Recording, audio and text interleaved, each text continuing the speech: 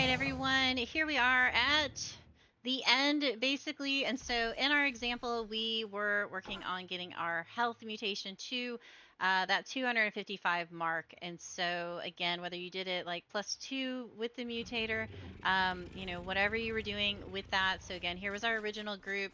Here's our little guy. He's growing up. Health +12. Obviously, I've read these guys before. So this would be the final health 255. If you don't have to combine anything at this point, your goal was only to get however many mutations on health. That's fine. All you would do is you would go through the eggs and pull out however many eggs have that mutation you want on that stat you want. Make a little group of those and then just produce however many eggs that you want, like a printing press. So that's what you do if you just have a single trait. So if this guy got to, whatever you were looking for, just breed them in that group, and then you would collect those eggs and just pick out the ones you want. Now, if you want to combine them, so you had, for example, a pile of females here for health, and you had a pile of females for melee, which is much more likely what you're going to do if you're trying to breed Rexes on Arc. You probably want some boss fighters, and you're at least going to do those two stats. So I went ahead and grabbed my melee here, and I grabbed my health one here. They're different colors, right? The original ones were those colors. These guys are very, very different. What happened? So one thing I didn't mention before is whenever you get a mutation, you get the number mutation, but you also get a color mutation as well. And so if I look at these original ones and I compare it to this one, the mutation is on that last region, number 65. These are 62. So it's very slight, right? Like it is just a lighter color gray versus this slightly darker color gray. That's all that happened. But if you keep doing that through generations and generations of this, it's going to randomly assign new colors on all of those different slots. Now, the way that we usually call these colors is that first one, the 70, the 70 is the 0 slot. 89 is number 1, 69 is number 2, 90 is number 3, 79 is 4, and 65 is 5. Now, realize not all dinos use all of the regions, so those are things to keep track of. If color is important to you, which is not super important to me, you can basically just keep breeding them together until you get the colors, but all I care about is the stats, so we're only going to talk about that. But that's what's happening. You do get the color changes. That's why these guys are pretty different, right? Like we still have the 69, we still have the 90, we still have the 79. Now, why are those still here if it's done that many mutations? Well, simply because I'm always breeding back to these clean females, right? So they're always trying to input those same, not just stats, but they're always trying to imprint those same colors. So you're always going to have this kind of go forward. See this guy here? 89, 69, 90 is still there. So the big colors on these guys that change it, it looks like 0 is the main body color here. So you can see this one's 182, this one's 235. So if you're okay with those colors, I mean, that's cool. But when I mix these, it's going to mix those colors as well. But just a thing to know about the number of mutations, you're also getting a color mutation while it happens. It just might be really slight.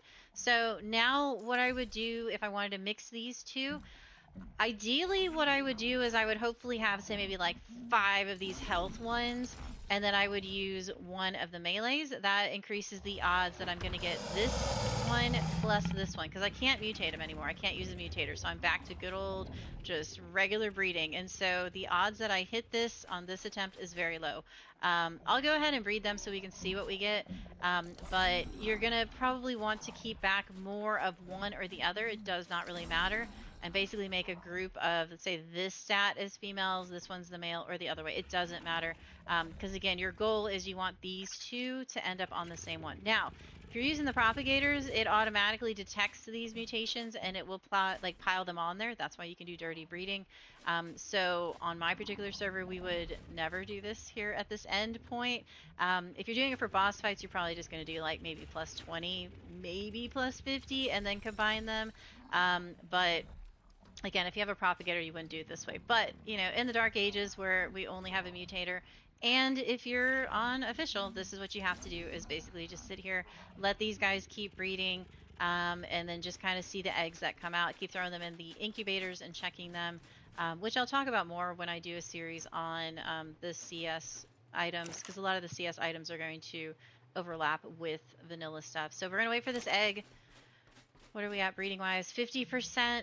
And we're going to see what we get. I mean, we would literally kind of like hit the lottery if we got the first one, because not only do we want the one stat mutation, we want both of them. So basically, what is that like? 1 out of 7 times 1 out of 7. So yeah, so these guys would have to just kind of sit here on breeding. So it makes kind of being at the end a little like, ugh, like you're waiting for it. Like I'm done, but to get these two to combine, it's a lot more painful because you can't have as many females. That's why I was saying if you did have several of these, like I would probably leave my final male sitting there, breeding with these females just to increase like the number of say health ones that I had so I could breed my one male, and that would probably get it for me in one batch. So it's up to you whether you want to just let these two breed and then just come back and check on it, or if you want to let these breed an extra batch and pick out all the 255s. Um, Either way is going to get you where you want to go. All right, let's check out what this egg is, although I just realized I have to wait for it to completely hatch. Which one's going to grab it? Which one is grabbing it? So also a bug right now is I can't turn off incubators. So yeah, so that's another one. So we can see here we have the health and we have the melee. Once they get to 255, I don't do plus 255 anymore. Um, I just name them that because then I'm going to add it into the stats because I do use a mutator. But that's what we're looking at. So 578 and 578. This should make them be like 700, 800 level. So yeah, that's what we're looking at there. Again, the odds that this egg hits both those stats is crazy. So if we do, that's going to be like we should go buy lottery tickets right now. But again, you can either leave these two breeding until you get the stat you want. If you did more than two stats, usually what I do is I have like these two together and I have these two together. And again, if I have the ability to breed them again, I will usually just go ahead and make a little group of whatever one of the stats with the 255 and breed it to the other one and then do it again to mix them. It is a lot more tedious when you get to the end. The propagator makes it super, super nice because at this point, you just throw your 255s in there and they immediately add them together, and then it also you can growth pulse them, so literally at the end it can take you like 20-30 minutes to mix them, and then you're like, yay, done. All right, let's see if this is done. It's pretty close. So again, this is the other reason why I recommend doing smaller creatures. Everything just takes a little less time, so the cooldowns would not be as punishing as they are on those. Like again, those are what, like 9 hours. The grow up time, if you don't have the growth pulse, is going to be most of the day on those, versus if you do like again featherlights. Featherlights are going to be a couple hours usually, and the breeding cooldowns are not nearly as bad. But you do you, boo. Again, I think most people do Rexes or Therazinos their first time because they're usually on the island. All right, let's see if we got lucky. Man, if we hit both those stats, that's crazy lucky. What did we get? We did not get either. So there you go. So this is definitely a go home and keep doing it again. So yeah, basically you would just let those guys go. At this point, I probably would just breed several more 255s of one of the stats and just create another group of females because that sucks. Like that's rough. And then now the cooldown is what, the 9 hours? How long is my female cooldown? Let's go check it out. So yeah, so even though like once you've done all of that, here at the end it can take a little while to combine them. So this one's only 5.5 hours. So yeah, if this was the type of server where I'd have to wait for them, I would just honestly just let them do this. I'm probably AFK in my tech pod. Let them get several eggs out, hatch them all at once, and then just see what I've got to get them together. And then once you have that, you have to do it all over again to get a male and a female, right? But once you have that, it's like printing money. You basically have the same stats, you'll have the same mutations on the same one, and you can just go to town. So um, yeah, so again, and the mutators again, they're bugged right now. There was a patch yesterday, so they look like that right now, unless you pick them up over and over again. So that's what we've got. So that's kind of the last place I'm going to leave us here, because, yeah, no one wants to sit here and wait for these guys to do that, to combine those final stats. But that's what we're looking at. Make sure your breeding females are clean. That is going to be the biggest issue that you have. Um, the magic number where things start going wrong if you don't have clean females is 20. So if you look right here, it says 20 mutations. So if the female, for example, has one mutation, once this side fills up on these that are sitting out, you pretty much really can't get any more mutations after that. So that's probably one of the biggest places that you mess up on. So as long as you follow a very, very strict plan of setting up your females, again, triple check them all before you throw them out. Make sure they're all saying 0, whatever tool you have. If you have, this tool right here, actually, this one doesn't seem to be telling me mutations. If you're using your tech binoculars, whatever tool that you have to see mutations. Here you can see it where it says the stat and then it says 0, 0. All of that, like keep it 0. I don't even level them. I don't even care. I don't want anything to distract from it. They need to be all identical with no mutations. If you take the time to do that and you set it up very, very well, you should be in good shape. Always change out the male only. Do not change out those. That helps you avoid issues. Now, yes, I do know that there's people that do negative mutations. I do know that there's other ways of doing it. However, the less clean, the more dirty you get out here, the less forgiving it is with the way that the arc map is set up. So spend your time setting up your females in a very, very nice, clean group. Again, change it to where you take off group whistles.